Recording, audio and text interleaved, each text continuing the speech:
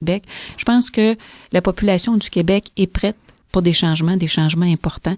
Et ils ont goût que le Québec avance. Et moi, je crois fermement qu'on serait prête pour une deuxième révolution tranquille que j'appelle la révolution verte. Et j'ai goût de travailler à ça. J'ai goût de faire encore au Québec un bond comme on a connu dans les années 60-70, où là, le Québec a avancé d'un grand bond. Et je pense qu'on est mûr pour ça au Québec.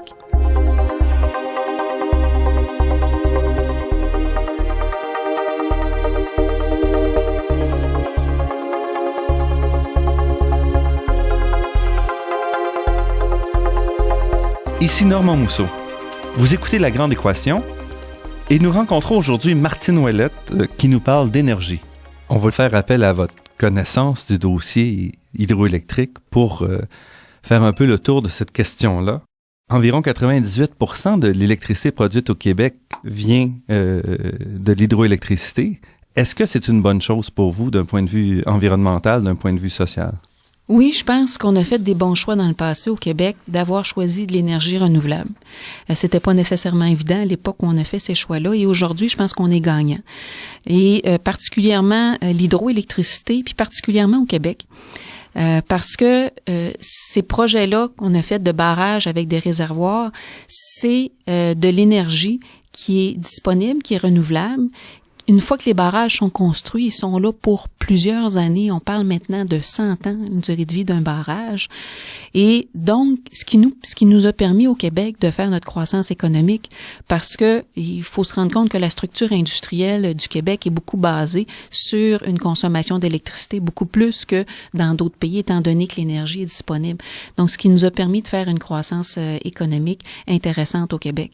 Et aujourd'hui, on se rend compte que l'hydroélectricité, par rapport aux autres sources d'énergie, c'est une source d'énergie.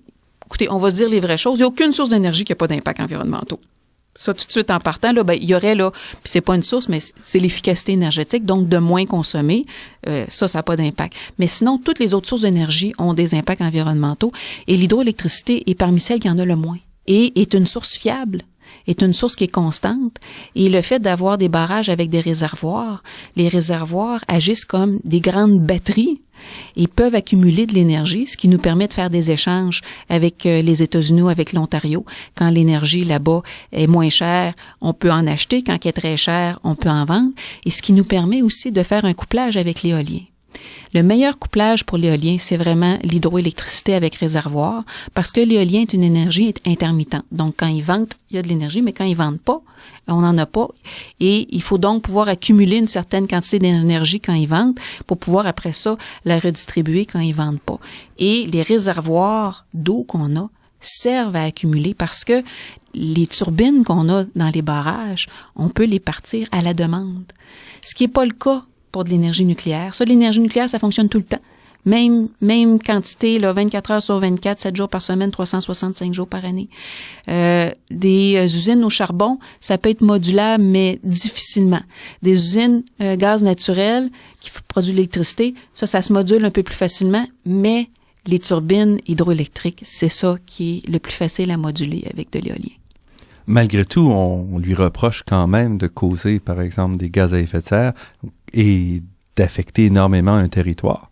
Donc, vous êtes aussi au secours, donc vous êtes sensible certainement à la question des rivières, la question de l'inondation de grands territoires pour la fabrication des réservoirs. Avec un peu votre double position, est-ce que vous sentiez une contradiction? Ben, pour moi, il n'y en a pas de contradiction parce que, oui, les réservoirs émettent des gaz à effet de serre, mais moi, les chiffres que j'ai, c'est à peu près équivalent à ce que l'éolien émet sur le cycle de vie parce qu'il faut la fabriquer, l'éolienne, puis tout ça. Et c'est quand même 40 fois moins que les centrales au gaz naturel et 95 fois moins que le charbon. Ça, le charbon, c'est le pire du pire. Donc, moi, je dirais, puis de façon surprenante aussi, les gens parlent souvent du solaire comme étant l'énergie miracle. Le solaire, il y a deux types d'énergie dans le solaire. Il y a le solaire, moi, que j'appelle passif. Donc, par exemple, des tuyaux noirs qu'on met sur le toit pour faire chauffer de l'eau de la piscine ou l'eau le réservoir d'eau chaude. Ça peu à pas d'impact. Toutefois, le solaire photovoltaïque, pour fabriquer les cellules photovoltaïques, c'est à partir du polysilicium. Le polysilicium est un matériel qui est un peu comme l'aluminium, donc très énergivore à sa fabrication. Donc, le solaire photovoltaïque émet 4 fois plus de gaz à effet de serre que l'hydraulique. C'est sûr qu'il n'y a aucune énergie parfaite, mais dans ces énergies-là, l'hydraulique reste une des meilleures sources d'énergie. Et au Québec en particulier, parce que l'hydraulique a eu très mauvaise presse, par exemple, lorsqu'on a construit en Chine. Parce que là, on a fait des grands réservoirs, et c'est sûr, ça inonde des territoires, et ces territoires-là étaient habités en Chine. Donc, c'est des déplacements de millions de populations, ce qui n'est pas le cas au Québec. Ces territoires-là sont des territoires qui sont utilisés, mais ce ne sont pas des territoires qui sont habités comme on a vu en Chine. Donc, c'est sûr que les impacts sociaux qu'on a vus en Chine sont pas les mêmes au Québec. Il y en aura toujours un peu, mais c'est pas du tout la même ampleur. Il reste aussi qu'une fois que le réservoir est construit, il va rester là longtemps et un équilibre va s'établir comme un lac normal à un moment donné. C'est ça. En fait, une fois que le réservoir, puis on a appris au Québec, maintenant les réservoirs ont des boises avant d'inonder, donc ce qui améliore beaucoup là au niveau du bilan environnemental.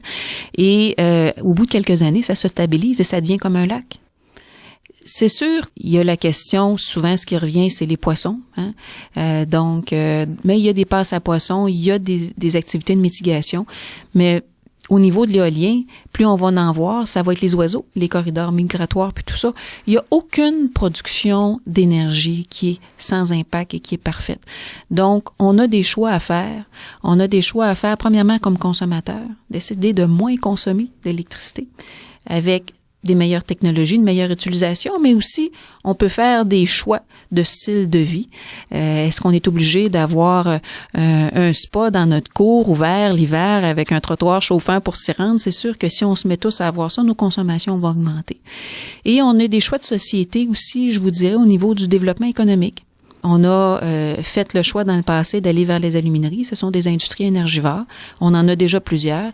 Est-ce que notre choix, ce serait de continuer à avoir d'autres alumineries qui font de l'aluminium mais sans aucune transformation, ou on devrait plutôt faire d'autres choix économiques?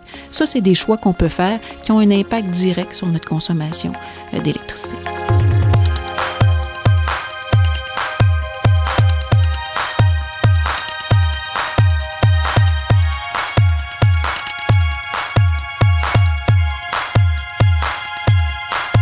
Ici Normand Mousseau, vous êtes à La Grande Équation avec Martine Ouellette, députée du comté de Vachon.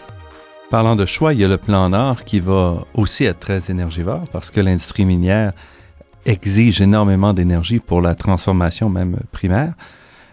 Qu'est-ce qui va être l'impact sur l'hydroélectricité au Québec? Le plan Nord, on nous présente ça là, comme les beaux grands arpents de neige, le Nord, poétique, tout ça. Il faut se méfier un petit peu. Parce que là, ce qui nous est annoncé dans le plan Nord, là, c'est des mines gigantesques, comme on n'en a jamais vu ni au Québec ni au Canada.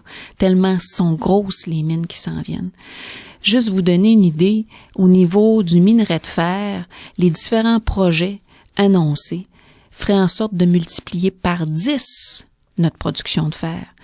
Des gisements, actuellement, là, ce qui est exploité par ArcelorMittal à Montréal, là, on parle de 15 à 18 millions de tonnes par année. Il y a des gisements là qui iraient jusqu'à 50 millions de tonnes par année, de 75 à 100 ans. C'est énorme, les projets qui s'en viennent. Et ça, c'est pour le fer.